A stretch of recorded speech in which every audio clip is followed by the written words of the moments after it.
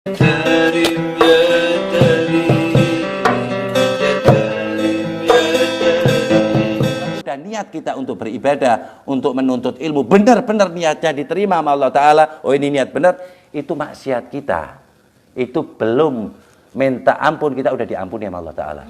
Udah disiapin, bukan sudah diampuni, udah disiapin ampunannya oleh Allah Subhanahu wa Ta'ala. Orang yang bersungguh-sungguh ya, memang pingin menjadi orang yang baik, pingin talibul ilm, menuntut ilmu, pingin beramal soleh, betul-betul niat itu nggak bisa digoyang sama setan atau sama diri kita. Itu orang yang dipilih sama Allah Ta'ala. Nah, kembali lagi bahwa orang-orang yang tadi Habib ceritakan itu orang-orang yang gemar menuntut ilmu.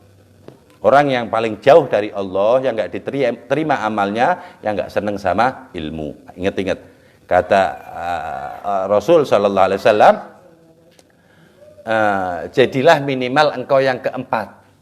Jadi ilmu itu ada 4 golongan yang mendapat pahala. Yang pertama kali yang menyampaikan ilmu, ya, yang ngajari ngaji ataupun guru, itu yang pertama kali mendapat ilmu. Yang kedua kali murid ataupun yang muta'alim, yang belajar ilmu agama. Yang ketiga kali kalau ente nggak bisa jadi guru, jadi ngajarin, ya itu harus bisa jadi pelajar. Harus, jangan berhenti sama sekali.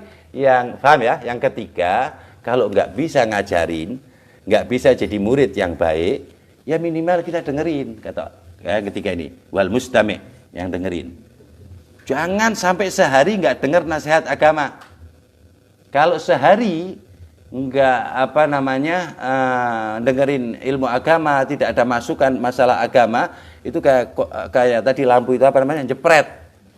Gampang tapi dibalikin lagi. Tapi kalau seminggu sampai sebulan, itu bukan jepret, dari pusat itu Allah Ta'ala yang matiin. Hati seminggu nggak dapat masukan masalah rohani, itu mati.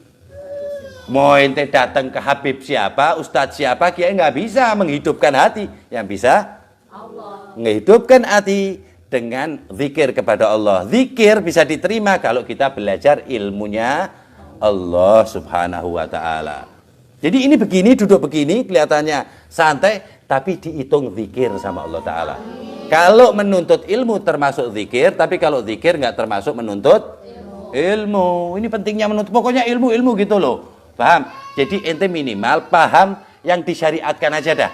Rukun sholat, syarat sholat, seperti itu kita paham. Masalah tohara, wudhu, dan lain sebagainya kita paham. Kita bisa sampaikan ke anak kita. Itu aja yang penting. Kalau untuk ibu-ibu, kalau laki-laki ya harus lebih luas lagi. Kalau ibu-ibu, kalau bisa sholatnya benar, ya tadi silaturahmi itu apalagi ya, sholatnya benar, puasanya benar, dan dia taat sama suaminya dan lain sebagainya, itu kata Allah Ta'ala disuruh milih. Kata Rasulullah SAW, disuruh milih ntar di akhirat itu mau masuk surga lewat pintu mana. Bayangin ente, kalah itu orang yang syahid itu. Sebab perjuangan seperti itu kalau nggak dibarengi dengan taufik, kekuatan dari Allah, ribet banget, nggak kuat itu. Kita ini nggak kuatan. Jadi kalau ada orang yang baik, ya kita anggap orang itu baik, dicintai Allah. Tapi kalau kita lihat orang secara lahirnya kurang baik, kita anggap itu orang tetap baik juga, cuman perbuatannya yang nggak baik. Kalau orang kita harus sayang menyayangi. Hatta orang kafir nggak boleh dibedain. Ini manusia juga, makhluk Allah juga. Yang kita benci kekafirannya, bukan orangnya. Kita nggak tahu orangnya itu gimana, benci aja sama orangnya. Itu haram, nggak boleh. Itu ada jenazah Yahudi lewat di sebelah Rasulullah Shallallahu Alaihi Wasallam. Rasulullah berdiri menghormati. Kaget sahabatnya. Di Quran segitu dahsyatnya Allah Ta'ala ngomong dan lain sebagainya. Tapi kan yang paling paham tentang Quran siapa? Nabi Muhammad SAW. Berdiri Rasulullah menunjukkan penghormatan kepada jenazah ini. Kaget sahabatnya. Ya Rasulullah, innaha Yahudiyah. Para sahabatnya salah satunya ngomong, itu Yahudi. Ya Rasulullah, anda udah tahu, kata Rasulullah SAW. Kata Rasulullah, abasyar, apakah dia itu alaisa basyar, maksudnya begitu. Apakah itu bukan manusia? Manusia. Ana menghormati karena ana manusia, dia manusia, kata Rasulullah. Bayangin, Yahudi udah jadi bangke, masih dihormati sama Rasulullah SAW. Makanya dakwahnya Rasulullah sampai ke Pekayon ini, sampai ke Jepara, sampai ke Pekalongan. Karena apa? Itu tadi adabnya, akhlaknya. Itu nggak bisa ente akhlak, adab, nunduk-nunduk begini kalau nggak pakai ilmu. Terusin lagi ayat tadi. Alladzina yastami'unal qaula wa yattabi'una ahsanah, dan mengikuti kebaikan-kebaikan yang dia mampu kerjakan. Itu orang-orang itu ya dijadiin satu sama Allah Ta'ala, udah dicepretin ini jenderal sini bintang berapa nggak tahu, tergantung niatnya, tergantung kesungguhannya. Itu jenderal semua itu orang-orang. Alladzina yastami'unal qaula wa yattabi'una ahsanah ulaika hadahumullah. Itu orang-orang yang telah diberi hidayah oleh Allah Ta'ala, dipaten oleh Allah Subhanahu wa Ta'ala. Orang yang senang ngaji, yang senang mendengarkan nasihat, siapapun yang nasihatin, walaupun ayam yang nasihatin. Lah apa bisa Beb ayam nasihatin? Bisa. Ayam itu bisa nasihatin. Ente lihat ayam buang air di depan teras rumah itu guru ente kalau mengambil hikmahnya.